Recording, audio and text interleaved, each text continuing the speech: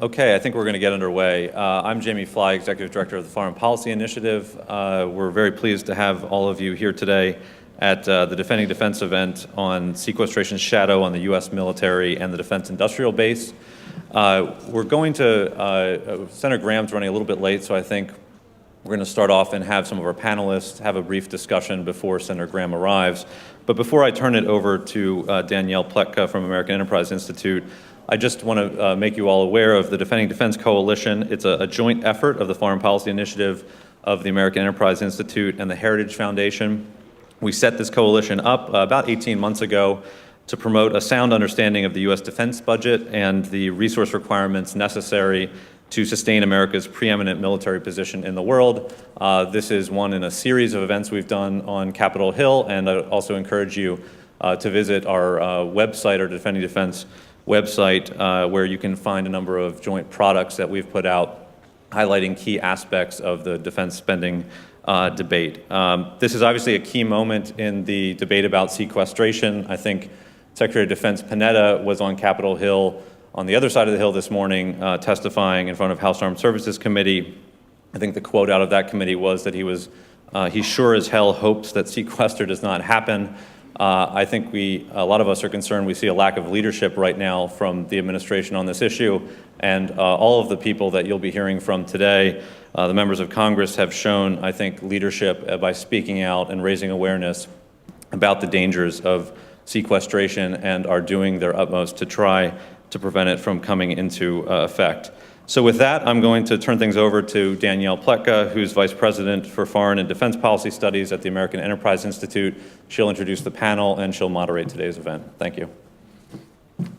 Thanks very much, Jamie. So we're going to sit here and talk for a couple minutes and fill time until the senator shows up.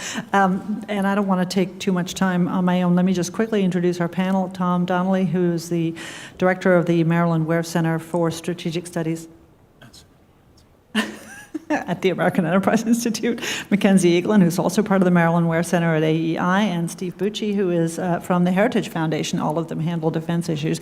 I understand that Senator Ayotte is here, and since we're juggling a bunch of members, I'm hoping that we can just move directly to her.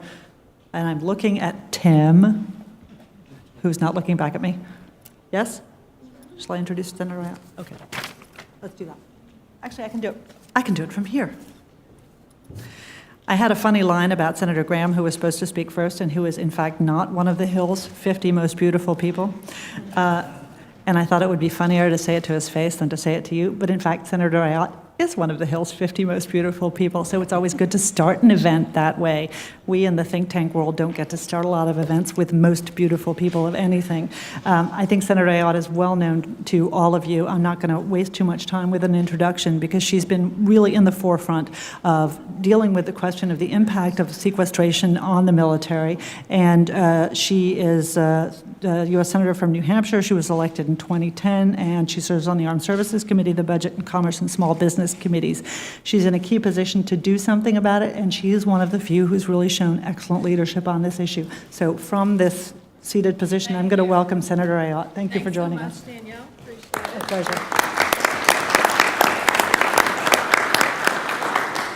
I want to thank you so much for that introduction. I don't know if this thing is on, but can you all hear me?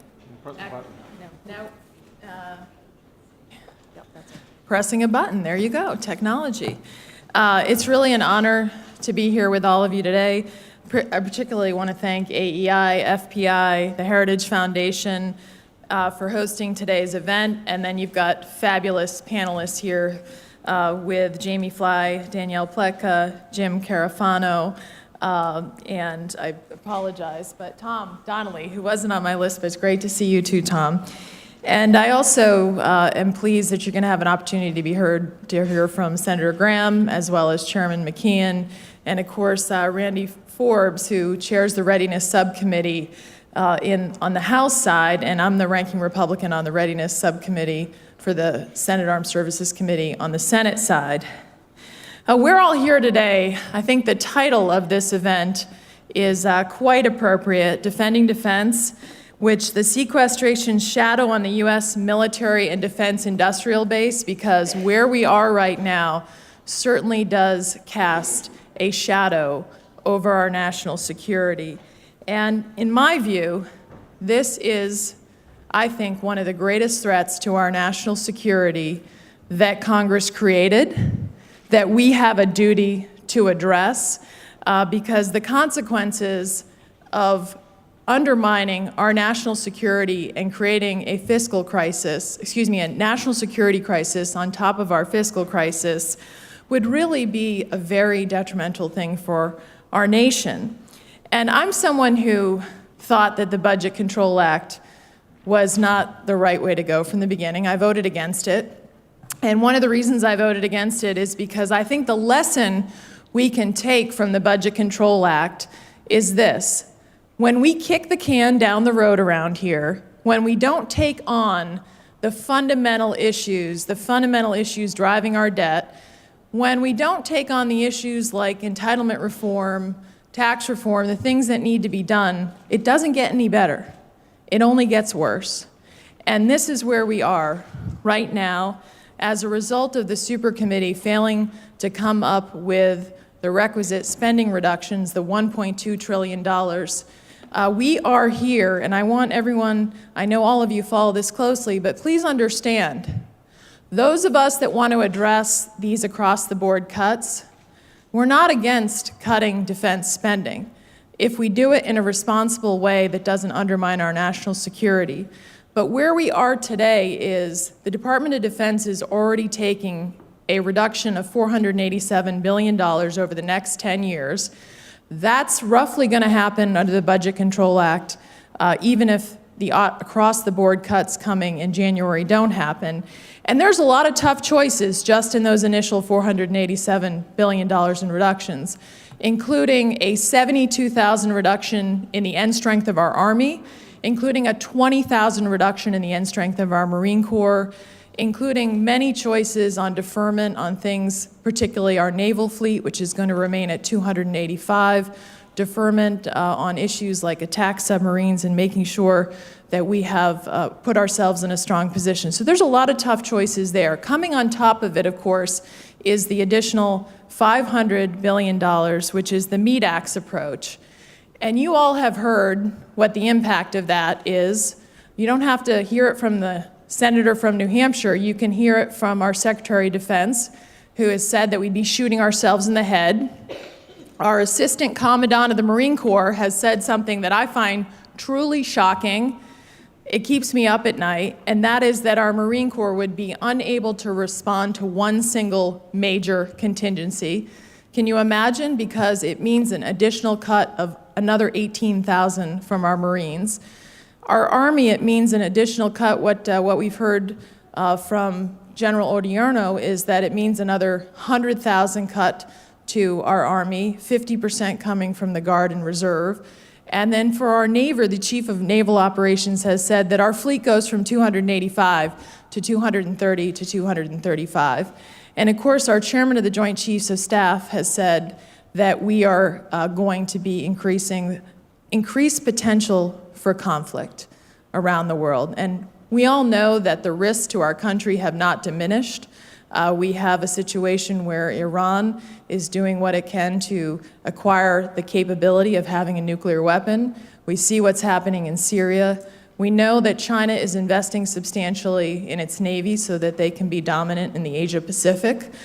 We also know that it's a very challenging time in dealing with many other issues, North Korea, other areas of the world, and particularly the Middle East still remains a real hotbed of activity. And so the threats to our nation have not diminished, and all of our national security leaders agree on that point. And here we are, putting our Department of Defense in a situation where, as our Secretary of Defense has said, we'd be shooting ourselves in the head. Some of the people who have said we shouldn't address this, I want to take on a couple of their arguments. First, I want to start with the argument that we already spend too much on defense. Defense spending is out of control, and that we are spending a disproportionate amount of our taxpayer dollars on defense spending. So let me just start with a couple of facts. Here's where we are in terms of defense spending. And I don't know if all of you will be able to see this, but this chart represents what percentage of our GDP we spend on defense spending. And if you look at where we are right now, we're spending about 4.7% of our economy or our GDP on defense spending. And that is actually at the low end of our historical spending on military spending. In fact, the United States has averaged 7% between 1946 and 2000. And you can see in here where various conflicts, of course, from World War II to Korea to Vietnam.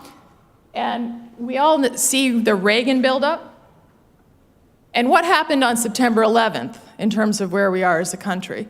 So those who would say that we are spending a disproportionate amount of our federal dollars and of our economy on defense spending haven't looked at the numbers. The other issue that we need to look at is where are we spending our dollars? It gets back to the fundamental issue of what is it that we have to address to make sure that we put our country on a responsible fiscal path. Does defense spending get us there? No question we should find savings wherever we can in responsible ways. But if you look at where we are in terms of, you can put that way. What are we spending our money on? So if you go back to 1963, it's gone into reverse. So mandatory spending of entitlements, we were spending about 26% of our federal dollars, outlays at that point, on entitlements, mandatory programs, Social Security, Medicare, those, and now, and 48% on defense. And now we're spending roughly 60% on those mandatory programs, and we're spending 19% on defense. And so if we don't address this, what we do is we make foolish decisions to undermine the safety of America by only dealing with the 19%, by cutting the 19% very disproportionately. The other thing I'd like to point out that's important is that defense is taking a disproportionate cut, even under the Budget Control Act. If you look at total spending, here we are in this position, total spending, 19% of it is defense, 81% is other spending. You saw 60% of it is entitlements. The remainder is non-defense discretionary spending. Yet 50% of the cuts we did under the Budget Control Act are coming from defense spending. And so to those that would say that somehow we should cut this money from defense, I say you're foolish. There's no question we can do things differently in the Pentagon, and I'm all for reforming the Pentagon to do things better, like acquisitions. We can point to weapon systems where we've made foolish decisions and where we could have saved taxpayer dollars. We should do that. But we should not put ourselves in a position right now where we undermine the safety of this country. And that's where we are. All of our defense leaders, our national security leaders that are serving right now, and many who have served before them, have spoken out over this issue.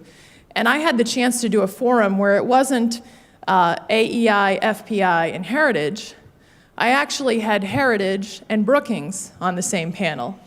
And how often do they agree on things? Well, on this issue, in terms of the need for Congress to act on this issue of making sure that we don't allow our defense to be cut in a draconian manner in January, they were uniform in terms of the safety of our country. And so this is an issue that needs to be addressed right away. Not only the national security context, but we already see the impact on our defense industrial base. The estimate is, of course, that on the defense industrial base that we will lose approximately 1 million jobs in 2013, based on a study done by the George Mason University. And I don't think that our defense program is a jobs program. Let's be clear. But the reality is, for our men and women in uniform to have the very best technology that they need, the very best equipment that they need to fight the enemy, to keep themselves safe, intelligence, surveillance, reconnaissance, so that we know when the enemy's coming and we can prevent attacks on this country. We can go on and on. If we do not have a robust defense industrial base, we cannot protect our country. And we are putting that industrial base at risk right now. And it's not just the large employers which are going to be hit by this, like a Lockheed Martin, but it's many small employers. And one of the issues that we're going to face is that there are many sole suppliers and small businesses that make just one component that goes into a weapon system that's very important in terms of the protection of our country, or in shipbuilding. And we've already had leaders in our defense industrial base point this out to Congress. In fact, the President and Chief Executive Officer of Huntington Ingalls Industries, Mr. Mike Peters, wrote that it takes 3 years to manufacture a surface combatant vessel, 4 years to deliver a large deck amphibious ship, and 8 to build an aircraft carrier.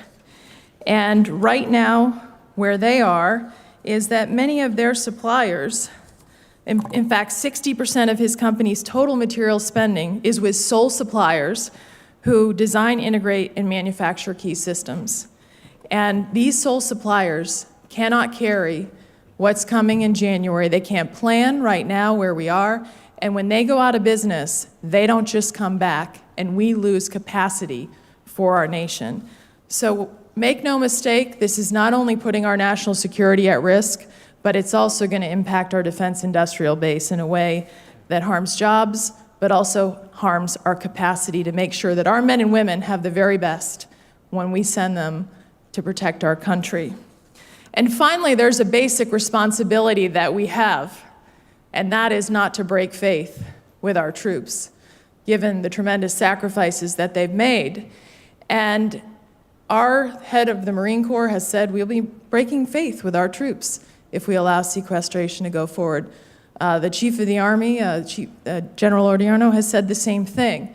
And, you know, I think about last night, I had the privilege of being with our Marine Corps at their parades that they have frequently during the summer in Washington, and spending some time with some of the families of their wounded warriors, Marines who had lost both legs, one arm, and they still feel as patriotic and would go and serve again. And think about it, the sacrifices that have been made. And we owe it to our troops not to break faith and to get this right in Congress. So it is my hope that we will come to the table now to resolve this, because if we wait till January, 2 things happen. I think it's irresponsible to use this issue when it comes to our national security as a bargaining chip or as some kind of political quid pro quo, whether it's tax rates or any other issue. It's irresponsible, and we should not do that to our men and women in uniform. We should not do that to those in our defense industrial base who as we speak, we're losing jobs because of this, and we're losing capacity in terms of making sure that we have the best for our men and women in uniform. And frankly, we owe them more. We owe them the courage that they show us, that we resolve this right now. And I'm hopeful that on a bipartisan basis, we will get this resolved. It will not become a political football. And I want you to know that I plan to be part of that, to make sure that we resolve this on their behalf. Because if we don't protect our country, we do not fulfill our foremost responsibility under the Constitution to the American people. So I appreciate your having me here today, and you're going to have a great panelist. I see Senator Graham here, who certainly is very interested in resolving this and has been very committed to making sure that our country remains safe. So I'm honored to be here with you today. Thank you. Sure.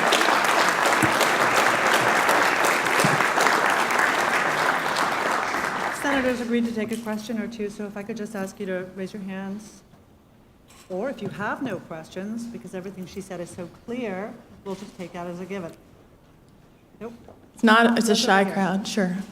Yeah, my name is Russell King. I just have a question about our force posture in the Arctic. If I look at a chart of the Arctic Ocean with the North Pole in the middle, the Russian Federation has the lion's share of the territory, and I wonder how their force posture compares to ours in the Arctic, and you might want to discuss icebreakers and also the effect of climate change where we might be constricted and they might not be. Well, I probably could be a separate whole speech on that issue, but you bring an important issue to bear that this sequestration cuts that come forward is going to impact every aspect of the military because it's an across-the-board cut, and it also impacts the Department of Homeland Security as well. So when you think about things, our capacity, whether it's in the Arctic or any area around the world, it's going to be impacted on it. So, you know, in terms of the national security posture in the Arctic, I will just say this. I don't pretend to be an expert on our national security posture there, but you brought up the topic of Russia, and I can only imagine what the Russians are thinking right now as we prepare to really diminish our strength on the military end. I think it makes us in a much weaker posture when we are addressing issues like Syria and trying to get them to stop providing arms to the Assad regime to kill their own people. And I think that overall it weakens our posture not only with Russia and China, but also in trying to get Iran to give up their acquisition and their attempt to acquire the capability of producing a nuclear weapon. So that's a side issue, but.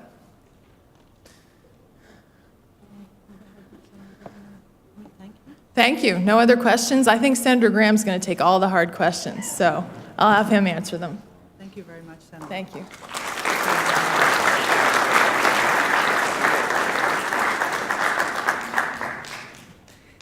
Let me once again thank Senator Ayotte for being here, and thank Senator Graham for waiting in the wings. I'm sure we will not have waited in vain. He is well known to you and well known to the crowd that is interested in defending defense. I'm not going to give him a long intro because he's well known to everybody, and he's standing right next to me, so thank you for being here with us.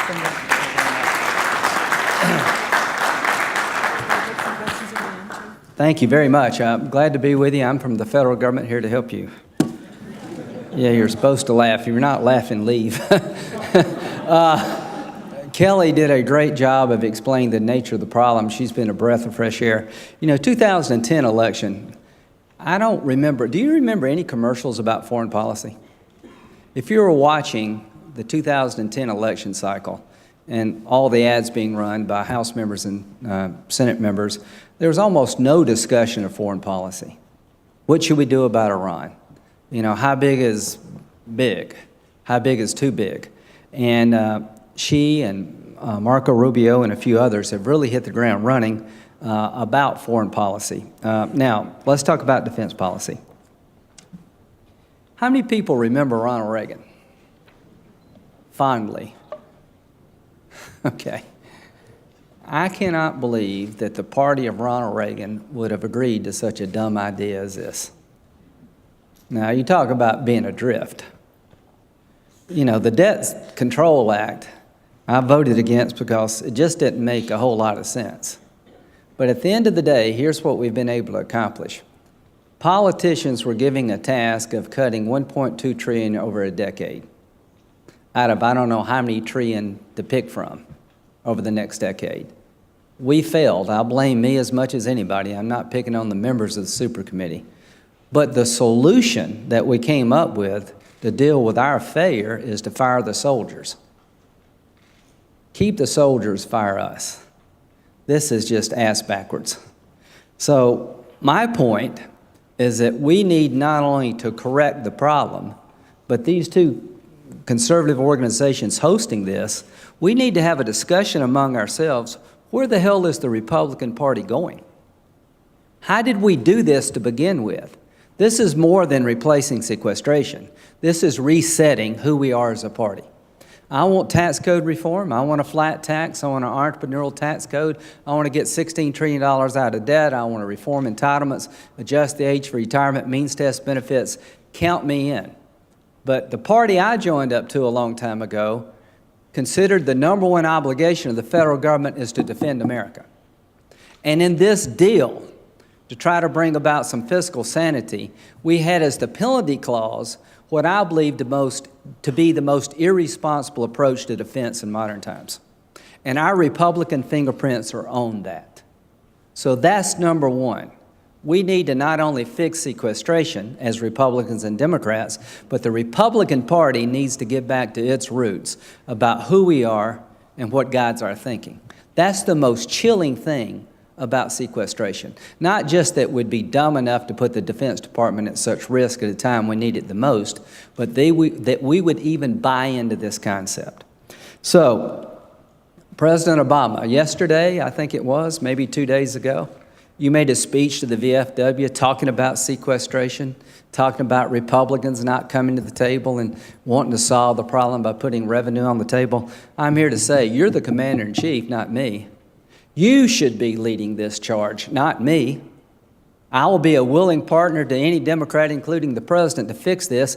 And yes, I'm willing to put revenues on the table, but we're not going to increase tax rates. This means a lot to me to get it right. And I'm willing to work with my Democratic colleagues to get it right, but there is no substitute for presidential leadership. How could a commander-in-chief sit on the sidelines knowing what's coming their way and not really take this more seriously than President Obama's taking it? How could a commander-in-chief listen to the Secretary of Defense describe what was going to happen to the finest military in the history of the world and basically be indifferent about it?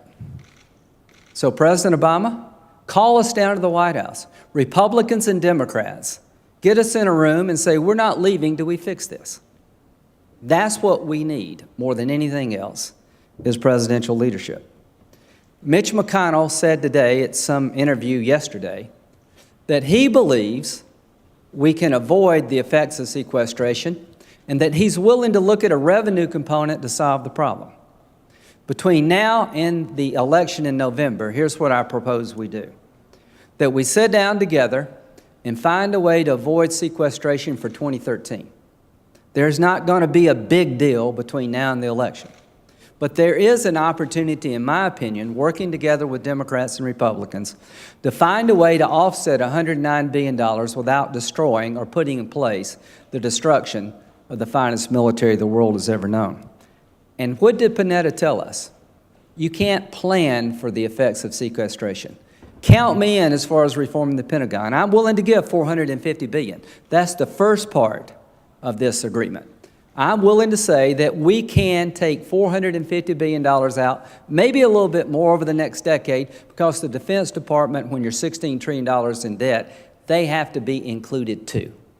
But what I'm not willing to do is to set in motion the destruction of our military capability at a time we need it the most. I'm not willing to sacrifice modernization. That means we could not engage Iran in the future. The ability of this country to take the Iranian nuclear program down is very robust. If sequestration became the law of the land 10 years from now, it would be lost. That's what's at stake. And if we went into Iran, we would have the best technology on the planet. We'd have stealth capability. We'd have shooting at them before they can even see us. We've got a lot of technology out there that's going to save a lot of lives. And if sequestration goes into effect, the first thing to go is going to be modernizing our weapons, maintaining the ones we've got, and you're going to have draconian rifts in the ranks.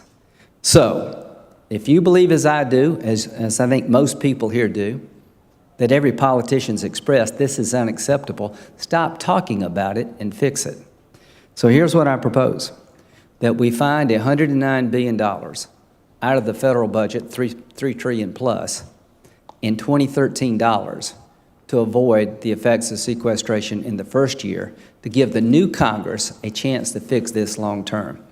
When I say revenue, what do I mean? I mean looking into the tax code and finding some deductions and exemptions that exist for the few at the expense of the many, taking those deductions away, applying some of that money to offset 2013 sequestration. I mean taking government property that should have been sold a long time ago and selling it, getting the money and applying it to the effects of sequestration. I mean looking at the fee base out there, some of which has been locked in stone for decades, and increasing fees in certain areas of the government to generate money to help avoid the destruction of the Pentagon and other non-defense services. I'm willing to do that using the Bowles-Simpson formula of 3 to 1. That means the bulk of the $109 billion comes from cutting the government in other areas. And if we can't find $70 or $80 billion out of a $3 trillion budget, we're not looking very hard. So that's my challenge to the organizations in this room who care about foreign policy and national defense. Challenge conservatives in Congress to, one, never do this again. No matter what kind of debt situation we have in this country, the solution is not destroying the military. The solution is going where the real money is at. The real money is in entitlements. And I want to reform the tax code and make it more entrepreneurial. Count me in for the Bowles-Simpson concept. But here's another challenge. The mandatory spending part of the defense to budget is out of control. Do we have any retired military here? Dave? Well, if I don't get court-martialed in 2 years, I'm going to be retired. We haven't had a premium adjustment in TRICARE since 1995. In the next 20 years, TRICARE and other mandatory health care programs are going to be about 20% of the Department of Defense budget. We need to fix that now. Every military commander has told us without any hesitation that the mandatory part of DOD's budget is putting pressure on personnel and modernization. So at the end of the day, not only do I want to fix sequestration in a logical, sound way, I want to take the Pentagon's budget and make it more sustainable. I do expect some premiums to be adjusted in TRICARE in a way the force can accept. I want to keep faith with the retired community, but I don't want to pit the retired community's health care needs against the modern day needs of those fighting this war. That means we all got to give a little bit. So thanks for having me. And to the conservatives out there who believe we need to fix this, we also need to do more than that. We need to think long and hard. How did our party let this happen? How did we lose our way? I believe in peace through strength. The primary obligation of the federal government is to defend this nation. In closing, it will be uncomfortable for some of us in the political arena to defy certain strict ideological principles. We will make people mad at us. But here's my response. The hard thing is to go to Afghanistan and Iraq multiple times, risk getting killed or wounded. There's nothing in my job as a senator I consider to be nearly as hard as those who are taking on the fight to defend us against vicious enemies who would kill us all. So to my colleagues who say that the Congress is war-weary, that we're tired of dealing with all this money issues and we got to put defense on the table because we're war-weary, I would imagine those who've been fighting this war would find it odd that the reason you're going to freeze defense spending or have to cut the defense to budget beyond what it can bear is because you're weary. The people who are weary are the ones who've been fighting this war.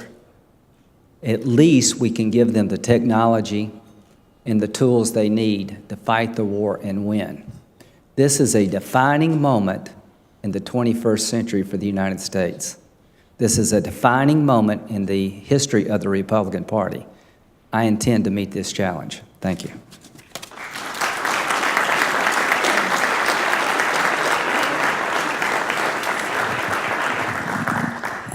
Thank you, Senator Graham. I'm going to turn the podium over immediately to Senator Kyl, who's sitting here waiting, a member of the Super Committee, about which we've been talking a little bit, Republican whip of the Senate, and someone who's able to talk about these issues very capably. Thank you. First of all, let me say that Lindsey Graham and I agree on everything except one minor point. I'll tell you what that is. But he's right about those of you who are conservatives and Republicans, that we have lost our way to the extent that we think the green eye shade politics of deficit reduction is more important than national security. National security comes first. You do what you have to do to defend yourselves. Now, Lindsey and I are both pretty optimistic. And let me tell you a friend of mine's definition here. He said, here's the difference between the optimist and the pessimist. The pessimist says things are so bad that they can't get any worse. And the optimist says, sure they can. Folks, this is what's going to happen with sequestration, and you know it. What I want to do for just a few minutes is to go back to the Joint Select Committee, some called it super, but it wasn't so super, explain how we got here, which helps to show the way out. I am presuming that most people here stipulate that we cannot allow the sequestration to occur, half of which will fall on the Defense Department, and would be catastrophic and devastating, and there are other words to that effect from the Secretary of Defense and others. When Lindsey Graham asked the Secretary in a hearing, wouldn't this be like shooting ourselves in the foot? He said, no, Senator, it would be like shooting ourselves in the head. So I assume that we can stipulate that we can't allow it to happen. How do we fix it specifically? The Joint Select Committee was given a job to do because in the Budget Control Act, we were only able to address discretionary spending, which amounted to a savings of a little under $1 trillion. And we had to get to about $2.5 trillion.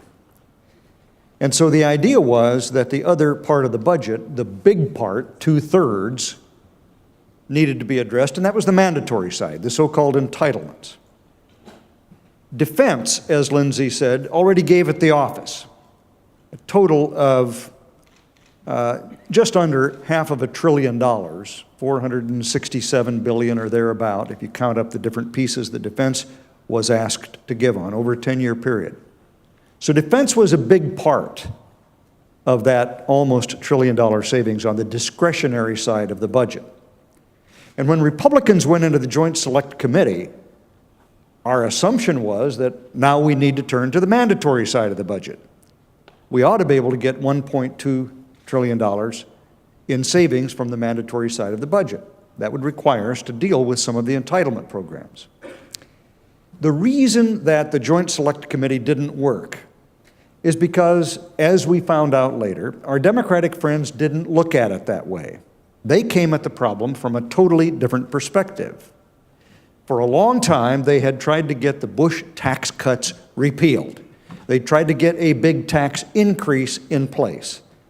1.5 trillion, 1.3 trillion, the president used different amounts, but that was the range.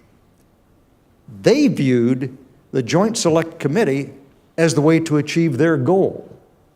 And that's why you heard that talk about going big, a $4 trillion deal, 1.5 trillion of which could be a tax increase. But when we realized that that was the game that they were playing there, we were appalled because we realized, first of all, they weren't serious about entitlement reform. Secondly, we weren't going to kill the economy by imposing a huge new tax increase. Remember, it was just after the Joint Select Committee reported that we could not come to a conclusion that the president offered, and we agreed, to extend all of the 2001, 2003 tax rates because, as the president said, it would be a blow to the economy if we didn't extend those tax rates. And yet that is precisely what our Democratic friends on the Joint Select Committee were insistent on doing just a month or so before, when the committee finally concluded its work unsuccessfully. Well, if you can't find the savings from entitlements, and obviously we were not going to raise taxes, what could the Joint Select Committee do? We found about $190 billion, give or take, in a combination of discretionary and mandatory revenue possibilities. And they included things like increasing fees of the Pension Guarantee Board, of the Fannie and Freddie financing fees, of one of them that wasn't adopted, pretty controversial, was a TSA fee, some things like that. Selling property. We sold the spectrum at an auction, and the federal government made a lot of money on that. That was one of the things. It turns out that a lot of the things we proposed for revenue to the federal government have now been taken off the table. We have put them in other spending bills as offsets, and so a lot of those things are no longer available to us. Of that originally maximum potential of $190 billion, I doubt that there's half that much still available out there. Lindsey mentioned real estate sale. There is an enormous amount of federal land. Do you know how much federal land the United States owns in the United States of America? Would it surprise you to know that it's over 1/3 of all of the land? All right, there's a lot of surplus land in there. We can't even take care of what we have. We could sell a lot of that land. There are a lot of ways you can increase revenue. But our Democratic friends had a new definition of revenue. If it's not taxes, it's not revenue. We don't want to hear about it. So we couldn't count those other ways of gaining revenue. So at the end of our negotiation, toward the end, Pat Toomey came up with an idea, and all of the Republicans presented this to our colleagues.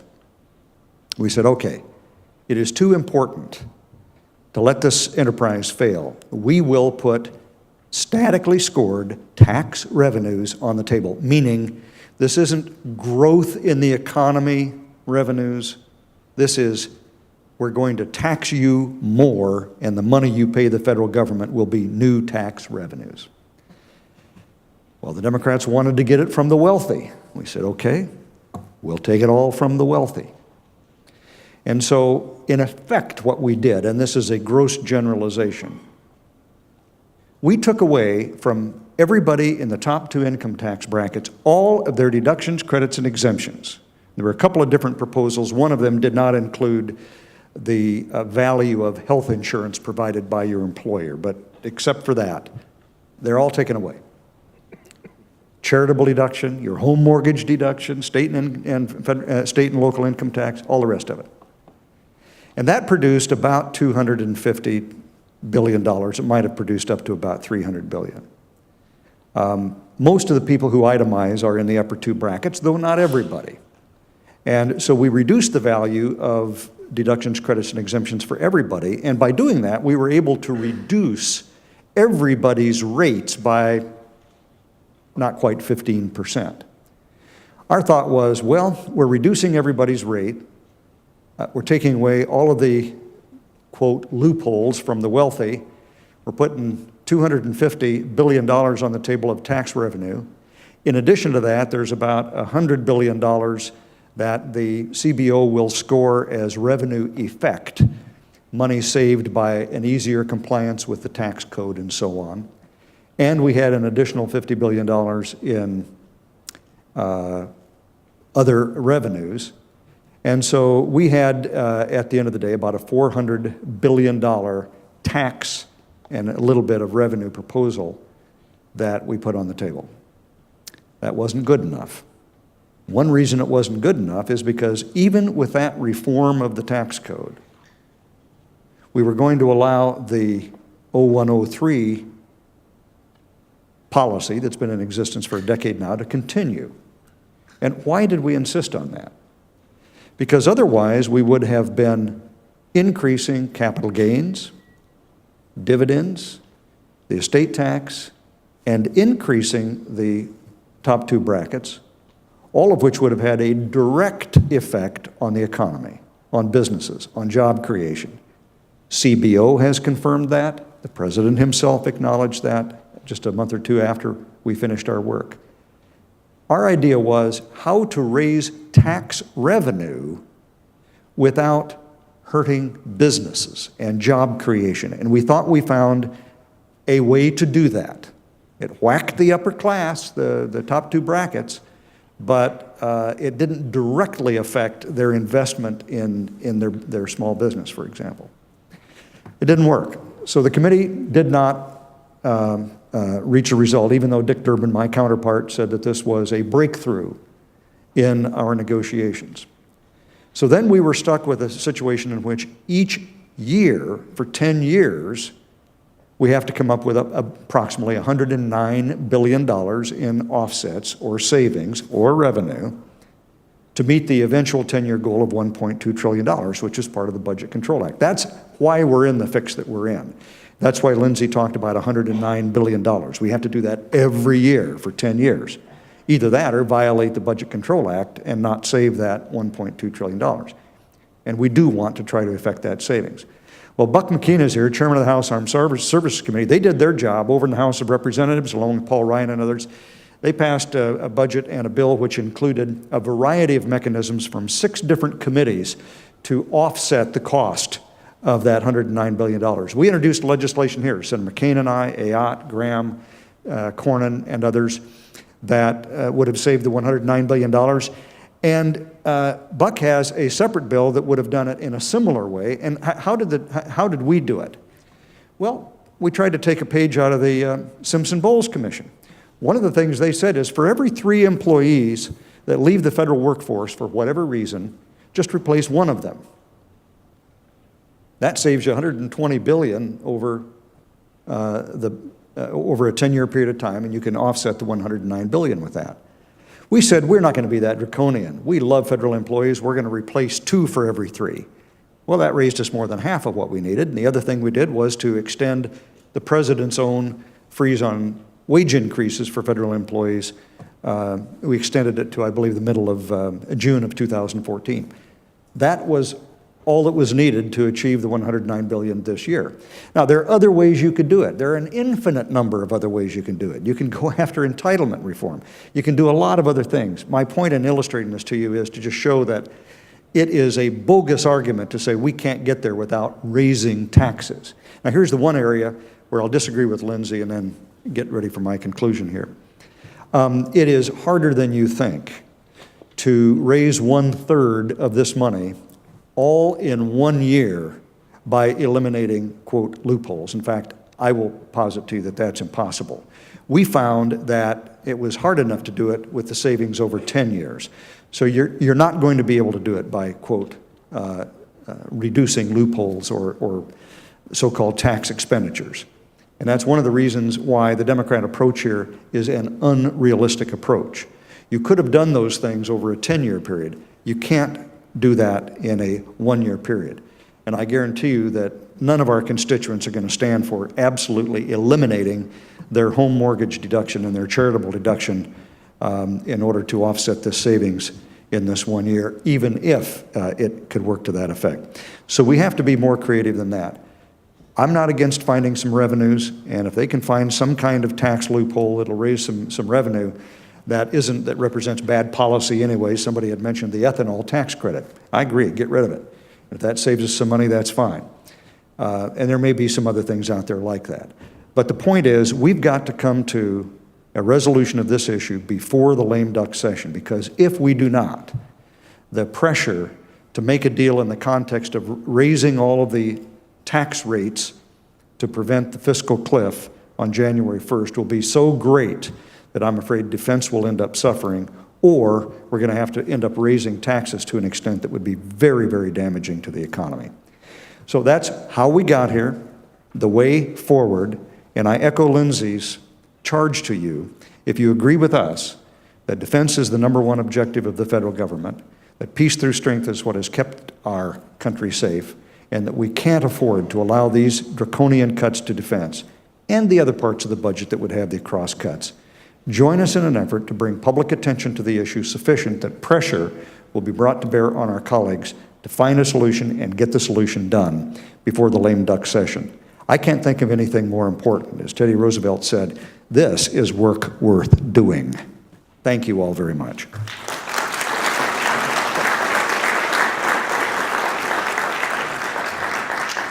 Thank you very much, Senator Kyl. I'm going to turn the podium over to Chairman Buck McKeon, the chairman of the House Armed Services Committee, who's honored us by coming over to the Senate. Thank you for being here very much. Let me turn things over to you.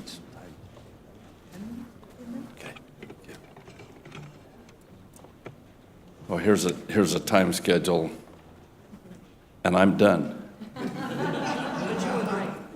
It was good, though. Yeah, I was over here just a few days ago in this same room.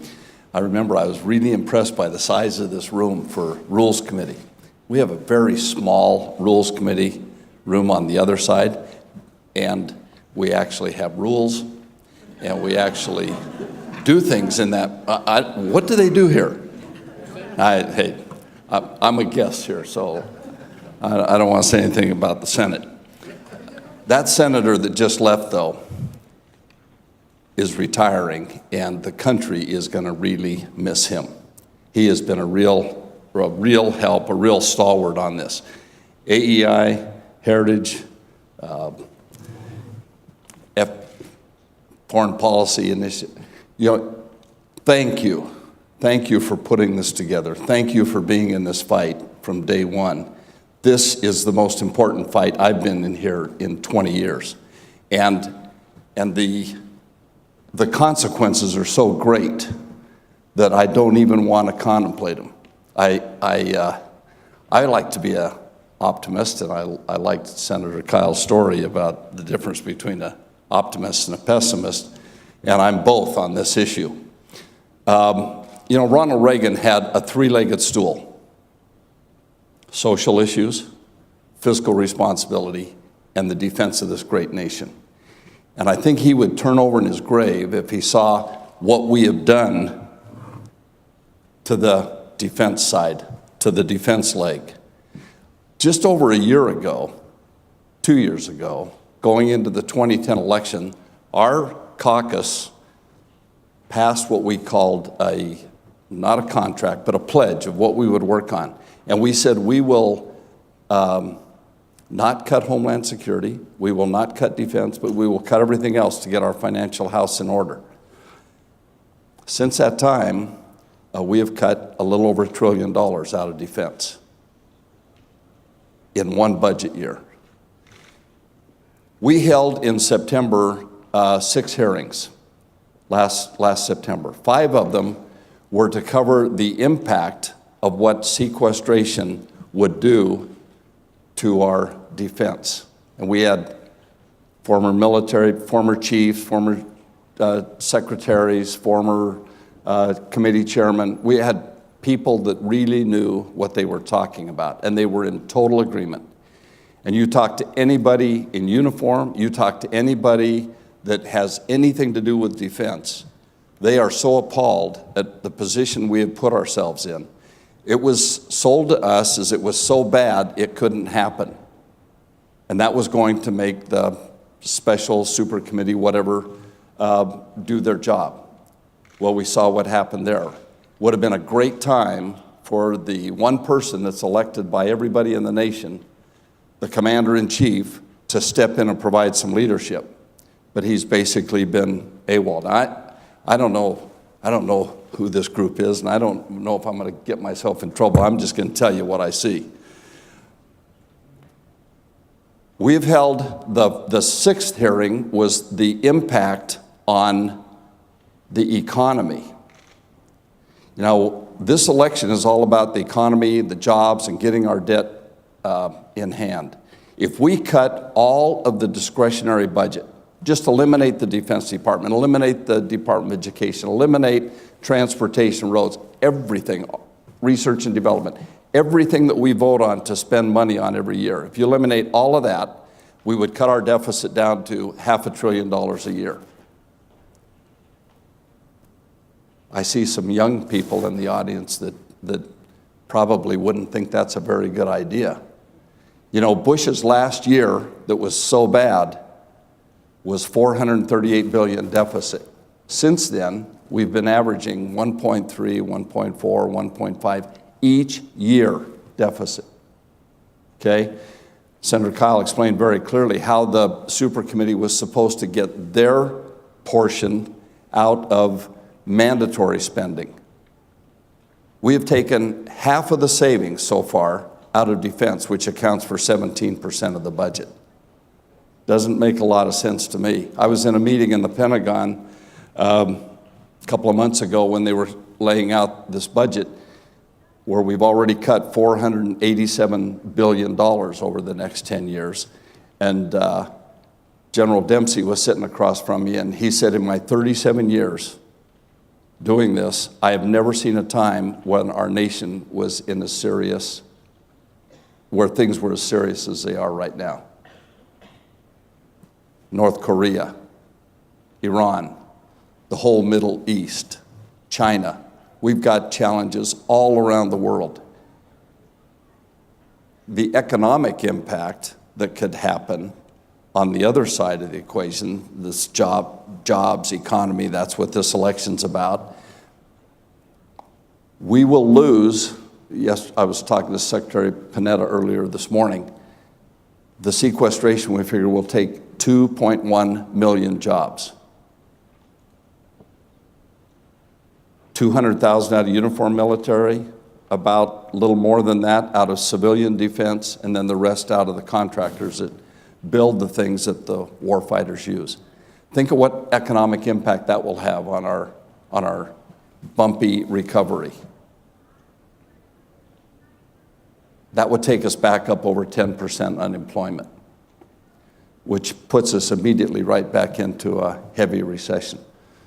So the economic impact is overwhelming, but I'm more concerned about what it does to the defense of our nation. If you take the Navy back to the size it was in World War I, you take the Air Force back to the smallest it's been since the Air Force was created.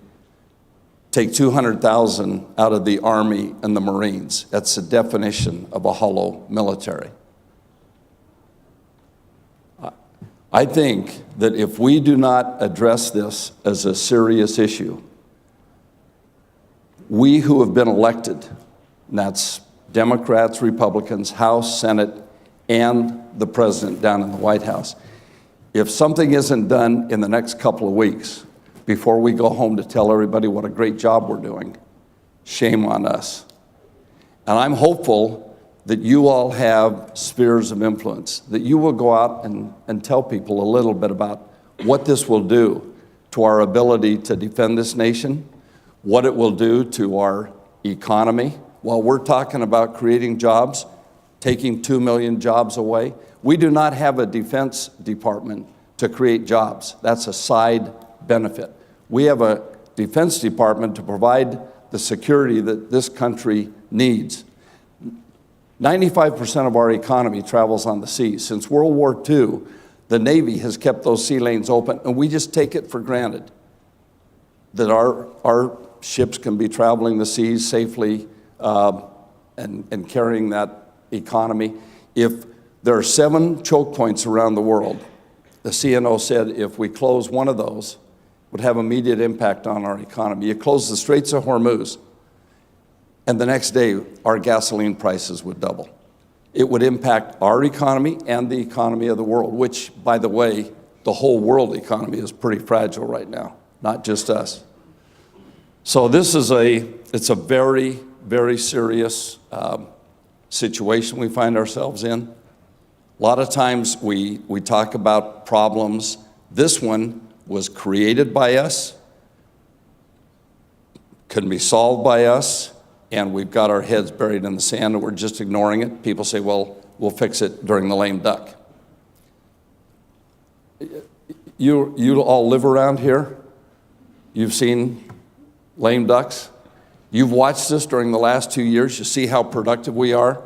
Why, after election, are we going to be more productive? When you've got people that just lost their election, they're being kicked out of their office, they get a desk down in the basement, they get a phone, and they say, don't miss any votes. And they could really care about votes when they're trying to get their affairs in order. And then you've got maybe the Senate change hands, maybe the White House change hands. There's going to be no impetus to get anything fixed that we haven't been able to do for 2 years. Now we're going to be able to do it around Thanksgiving and Christmas. Come on, we got to be real. We need to address this right now and get it fixed right now. And this is not a partisan issue. And to hold our troops hostage is shameful. So I'm happy to be an optimist, but this is not too optimistic a time unless we do our job and get it done. Thank you. Thank you for what you're doing. Keep it up. We need to do this right now. Thank you. Thank you.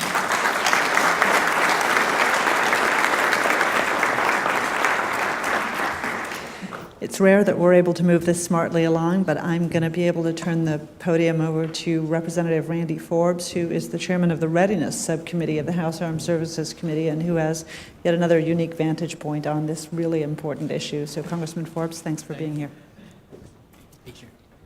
Well, thank you all very much, and it was great to listen to the chairman who's fought this issue so much for the last several months. And I started out back in February when I was addressing this group, and I felt a little bit like Don Quixote then, because we said we were going to go around the country and begin listening to people about the consequences of sequestration, and many of you remember that, because at that particular point in time it was a polling number of about 4 to 6 percentage points on any of the polls. Today that has jumped dramatically. In fact, it's one of the major issues in many of the key battleground states, and people are finally understanding what sequestration is. and the question is, how do we stop it? But I want to first just kind of echo what the chairman said and look at just the consequences of sequestration and if it takes place.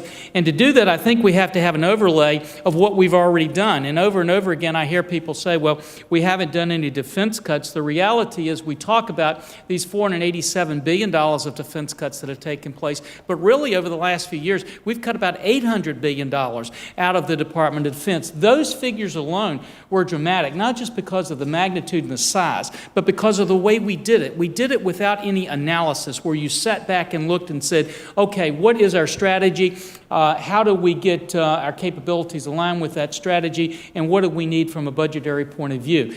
Everybody in this room knows what we did is just reach down and pull out numbers and say, okay, make this fit, which was very, very dangerous when it comes to national defense. Now we're looking at adding on another about $500 billion in sequestration. And this group here has been the group really standing at the edge of the cliff and saying, please don't drive over that cliff with the national defense of this country. And what happens if we do? Well, first of all, we look at the Air Force, and many of you know, if you listen to their testimony, they say they're on the ragged edge right now. We have pilots that are driving or flying the same planes that their grandfathers flew, and we look at the fact that our air superiority could be in question if these cuts take place. Second thing, we know that the Navy said would have the fewest number of ships they'd had in 100 years, but just look at where we're going to be in a snapshot in 8 years. We'll be outmanned by the Chinese 78-32 in terms of subs in the Pacific. That really doesn't make any strategic sense to us at all.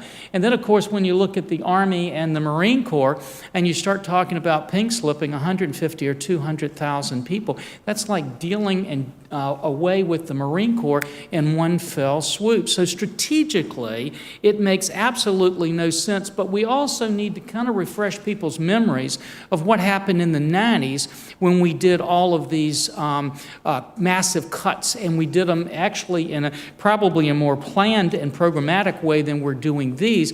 But just remember just a couple of observations for what happened back in the 90s. We started out at the beginning of the 90s, we had 50 major defense firms that dominated the market. By the end of that decade, we had 6.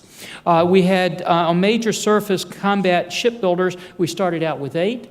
We ended up with 3. On fixed-wing aircraft developers, we started out with 8. We ended up with 3. Tactical missile producers, we started out with 13. In 10 years, we were down to 3. Tracked combat vehicles, we started out with 3. We ended up with 2. But the other thing, and oftentimes we don't look at this, we ended up with a very, very unbalanced workforce because no one came in and looked at the capabilities that we needed. What happened when they started making these cuts is they just kind of made it up as they went along, and they said, first of all, we're going to let attrition take place. And then the second thing is we'll do some buyouts to do that. But by the end of that decade, you had a workforce that didn't line up with the capability needs that you had. And the question we have to ask ourselves, are we getting ready to repeat history all over again as we move into this next decade? Now, the second big thing is, if we took all of those strategic concerns aside, because I would suggest to you that while we're all interested in those issues as we sit here and talk and debate, that the average person getting up in the morning and going to work and coming back home is not as enthralled with those kind of debates and that kind of analysis. But this is what they do understand. We have just gone through 41 straight months of unemployment that was over 8%. We've had a net job loss of 473,000 jobs. If, in fact, the number one concern in American people, which I believe it is the economy, and the number one component of that is jobs, then they're very, very concerned because we're getting ready to unleash 3 giant job killers on the American public. One, when these tax rates go up in January, according to the study by Ernst & Young, many of you have seen, that will kill 700,000 jobs in the economy. The health care bill, according to the Congressional Budget Office, nonpartisan analysis of what's going to happen, will kill 800,000 jobs. And as you know, these defense cuts, the lowest analysis that we've had come in so far has been 1.1 million. Secretary of Defense says 1.5 million. Aerospace industry says about 2.1 million. That is enormous on the devastation that it's going to wreak across the country. And specifically, as many of you know, and I imagine the chairman touched on this, but most of our major contractors are looking now as to when they need to give notices under the WARN Act. So we think that probably many of them will start giving those notices in October. So already when you've got this economy that's kind of on the edge, and imagine what's going to happen when you have a host of pink slips that we're sending out to people all across the economy.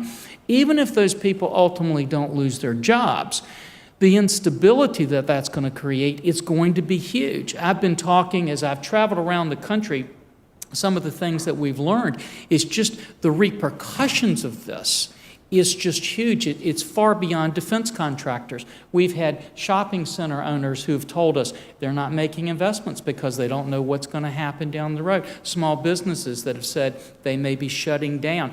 One of the big concerns are major contractors. They'll hold on. They'll survive through this. But it's the smaller sub-tier subcontractors that could drop and go away. They just don't have the reserves to be able to withstand something like this if it hits. Now, the chairman also mentioned something, and I want to finish by just addressing this. He talked about the need for us to do something. I have said for months now that if we don't take action on this before November, I'm not very optimistic that it gets done after November. And let me just explain to you why. The options that are on the table, first of all, the House, as you know, has passed a budget that would take care of this for a year. That's all they have the capability of doing. But the House has passed that. Senate has done nothing. The Senate Majority Leader has said he's not going to do anything. And of course, you know, the President has said he will not take any action to change sequestration. So one of the things that people have talked about could possibly happen would be a continuing resolution that would just punt it down the road, whether it's 6 months or perhaps longer. I can tell you, though, from just listening to people in the House, there's not much stomach for a continuing resolution because one of the concerns that they have is if they punt that down the road, they have lost all of the deficit reductions that they had negotiated, and they're concerned about what that could do to the markets and what that could do to business interests.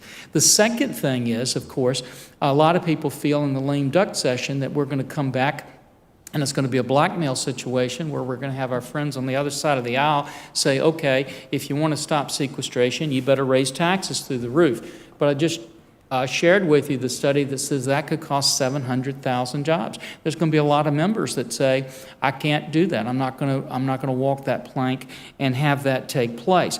So I think the message that we have to do is we have to try to do everything we can to try to get this resolved before November. And I think the real key is going to be in those battleground states where the Senate races are very, very close. If we can raise this issue there and have senators start talking about it in their debates, I think all of a sudden they start picking up the phone and calling the Senate and saying, we got to get this off the table before November. I think that's our best option. That's what we're trying to push and we're trying to do. So with that, I want to thank you guys for all that you've done intellectually to bring this debate to fruition. Thank all of you for taking that message across. We've at least got it to this point. People understand what sequestration is. They understand these massive defense cuts are bad. We just now have to push across the finish line, making sure we get something resolved and get them stopped. So thanks very much for letting me be with you.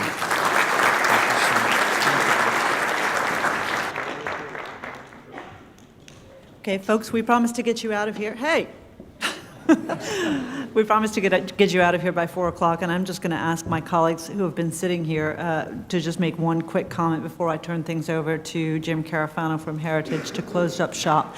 But if, you know, this week I was talking to somebody outside our politics world, and he was telling me how incompetent all of the members of Congress are that he's ever seen. And we've just heard from 5 very eloquent members of Congress on an issue of great importance. Why is it impossible to make this sale? Why is nothing going to happen? You don't have to answer my question if you want to talk about something else, but let's start with Tom and just go quickly down the aisle before I turn things back to Jim. To answer your question, I would just say because the underlying political standoff is really a profound one. I don't think we've all seen this coming. It's like a monster movie in the 1950s. Mothra is in your state, Mothra is in your town, Mothra is on your street. So we're now in the shadow of the sequestration Mothra. They've known it, the members made reference to our February event, which was substantively the same. But until the underlying political issue is resolved, meaning the underlying budgetary imbalance that was well described by everybody, the best you can hope for is to essentially try to solve it in one-year increments. And if you guys are sick of defending defense events this year, it's likely that we'll be back again next year with rehashing this same ground. And so this is a fundamental standoff in American politics that somebody will have to win. The thing that is really asymmetric or different about it is that, oddly enough, it's the Democrats who are defending the status quo. Entitlement spending is driven by demographics and already set law, and the Budget Control Act further tilts that playing field. So, as all the members said, it's really incumbent upon the conservatives and Republicans and those who would change the balance or reset the balance of government priorities to undo the course that we're very much on. So what we have is a marriage of green eyeshade conservatives and anti-defense Democrats, all of whom will represent the other 500 members of Congress who weren't standing at the podium here today, who will do nothing about this. Is that the upshot? And in fact, they only have to prevent things from happening. It's incumbent upon those who would prevent this from happening to change current law, not only in terms of the sequestration provision of the BCA, but really to change the mechanisms that are already built into the laws that govern entitlements. Thanks. Mac? Yep. I'll be quick. Thanks for coming. Sequestration is no longer a problem to be solved in and of itself. It is wrapped around taxes, debt, and the potential threat of another sovereign U.S. debt downgrade, axles, period. So now it is literally the political football that these members lamented that it shouldn't become. It is absolutely the hostage here. The worry is Congress has been known to shoot the hostage. So everybody should be afraid of that outcome. And that's why there's so much angst about getting something done now, because they can just back right into this. It can be a backdoor sequestration, partial sequestration. We're already seeing soft sequestration. And how did we get here? The majority of Congress. This is 5-6 years in the making. It's absolutely the votes, the bipartisan votes are there to go the route that Tom already eloquently laid out. And it's on the conservative side, it's been 5 and 6 years in the making that President Obama, when he proposed last April, he said, I want another, before there was a Budget Control Act, before there was a super committee, he said, I want another $400 billion in defense cuts on top of his own already, by his count, 400. So the president said, I want $800 billion into defense cuts, and he pushed on an open door. I'll close with saying that the Budget Control Act basically came down to 3 men in a room. That's how the lame duck gets decided, too. It's John Boehner, it's Harry Reid, and it's President Obama. That's how we came to this outcome. It's aside from the super committee failure, which also lacked presidential leadership, which Lindsey Graham said there is no substitute, and he's right. Any lame duck fix is going to have the exact same outcome. So you know the definition of insanity, right? Well, that's exactly what we're going to have when it's the same 3 men in the room. Thank you, Mac. Why, Steve, do you think that absolutely no one in the American public seems riled up about this? We're talking about potentially more than 2 million jobs. We're talking about an America that has existed in our lifetime no longer being the kind of America that we have come to believe in, but you'd never think it was an issue. Well, the problem right now is that the rest of the country doesn't see this as an issue. They don't understand it. Sequestration still sounds like some strange word. Nobody knows what it means. It's all of us in the think tank community kind of yammering at each other, and the rest of the country does not think it's going to affect them. If we are going to see the change, and several of the members today said, we've got to do something before the election, the only way that's going to happen is if this becomes an issue outside of the Beltway for the American public. And the only way that's going to happen is for the members of Congress, both houses, to get out there during August and start to talk to people about this and explain to them how it's going to affect them in their states and in their districts. The House has several members that, you know, Congressman Forbes has been leading that, have been trying to do that. The Senate is at least making, you know, rumbles about getting out and doing that, a few of them. They all need to do that. The only way this is going to change is to put that kind of public pressure on the president and the Senate Majority Leader. Because right now, they have said unequivocally they are not moving. And if I was them, I wouldn't move either, because they're holding all the cards right now. They're going to get one of their two Christmas presents regardless of what happens, unless somebody makes them change. And the only way you can make those two guys change is for a groundswell of public opinion to come up. And to do that, we've got to educate the public as to what in the heck this is going to mean to them. I'm going to close out with one of those classic annoying Washington talk show gambits and ask you each to give a bet on the odds of solving the problem of sequestration by the end of the year. Tom, what are the odds? Almost zero. Chairman McKeon said, what's going to make it better in November than it is now? You could invert that question and say, what's going to make it better now that didn't make it better earlier this year? It may be that, again, faced with the shadow of the monster, they'll at least solve the problem for the current year. So that raises the prospect from 0 to something slightly above 0, but I would not bet my mortgage on it. Kenzie? So since you gave us to the end of the year, as opposed to between now and the lame duck, which is 0, I can say that I'm slightly more optimistic. It's maybe 40%, but the solution I'd rather them consider sequester. When they punt the ball 3, 6 months, or a year, what's the one thing that you keep in place, even if you take away the sequester? You keep in place the uncertainty. And what do the markets care about? Certainty. And that's exactly the problem with the punting option. And so if they punt, they won't have done anything. They'll, in fact, make the defense industrial base problem much, much worse. A sweep, one-party sweeps government, this is solved.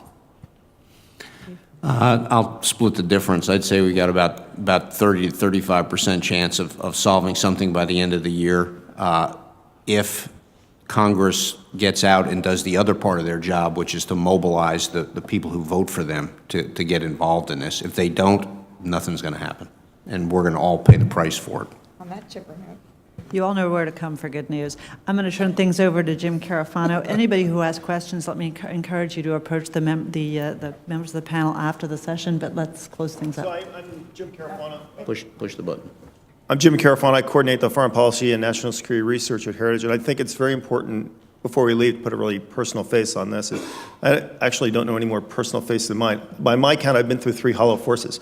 My dad enlisted in the Korean War and was in some of the most perilous and horrifying battles of the campaign because of the unpreparedness that we went in that conflict with. I was commissioned in the hollow force in the 1970s. I actually went to Korea, and proportionally, I think that the military I was commissioned into was worse than the one my dad fought in.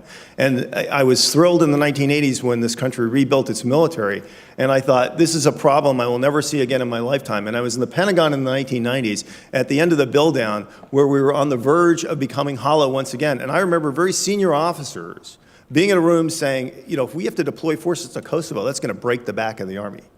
And that was a minuscule complaint to what we've done in the last 10 years. So here we are faced with a military that's 10 years older in a world that's much more volatile than the 1990s.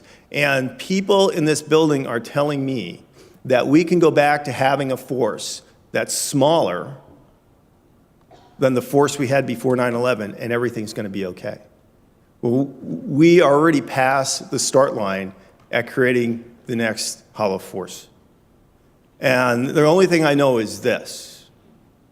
If we wait till the lame duck to try to solve this, it's like operating on the patient after the patient's dead.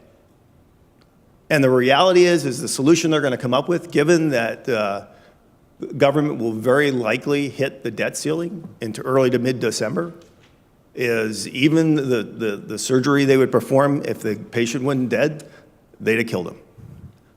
There are few, we're going to pay for this cheap fix many, many times over, either in blood and treasure by sending young women and women into battle unprepared, or in the extraordinary costs that we're going to incur trying to fix the problems from these very, very short-tamed and short-sighted savings. Thank you guys for organizing this. It was awesome. So back over to you. We're done? I think we're done. Thank you all very much for being with us.